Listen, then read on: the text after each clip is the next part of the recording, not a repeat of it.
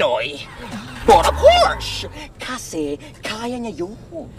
Ang akala ko ba, naiiba siya. From being one of Benigno Aquino III's ardent supporters when he ran for president in 2010, May Panero has since transformed into one of his most popular critics, later taking on the persona of Wanna Change. Mga boss! Yes, boss! Boss! Boss! Boss! Solo Pilipinas! Boss! Boss! In an interview with Inquirer, Wanna Change explains how she was enraged by Aquino's unfulfilled promises and hurt by his accusations against his critics. Well, kasi gusto ko naman yung pagbabago na mararamdaman hanggang na ordinaryong mamamayan.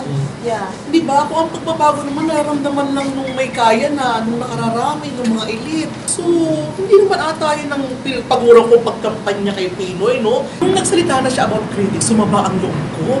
Alam mo, I really felt my heart coming out of my chest, and dug-dug gumagano, tsaka yung tiyan ko ang sakit. Nung tinitira niya yung critics, parang nilahat niya na parang kami na talaga ang sagabal sa progress, sa transformation, at kami na ang enemy of the people. Sabi ko, tama ba yan? Hindi naman to personal, di ba? Pwede mo rin itong tingnan bilang paalala. Di ba? Kasi ang pagpuna, sa tingin ko, tough loving is needed sometimes, no? Bakit ba ang tingin nyo palagi sa kritiko, yung parang naninira? Hindi ninyo maisip na pagka kayo pinupuna, pakikinggan nyo muna. Anong sinasabi? Diba? Nasa ng FOI, nangako ka na may FOI. Pero pagtatanong ako, kung nagsisisi ako na nangampanya, hindi. Kasi knowing what I knew then, I believed it. I mean, 101%, and so I campaigned.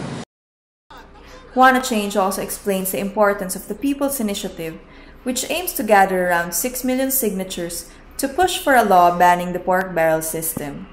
Ito talaga yung law. Pupush talaga natin na maging batas. Ang abolition of the pork barrel system. Tingin niyo hindi siya uusad sa Congress talaga? Diskute, pag-asa. I mean, will you go for a batas na magpapa-obsolete sa'yo, papapigil sa mga racket mo, diba?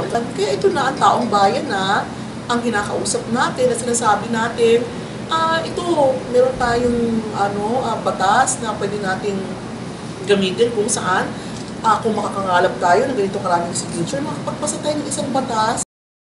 This is Christine Sabilio reporting for Inquirer.net.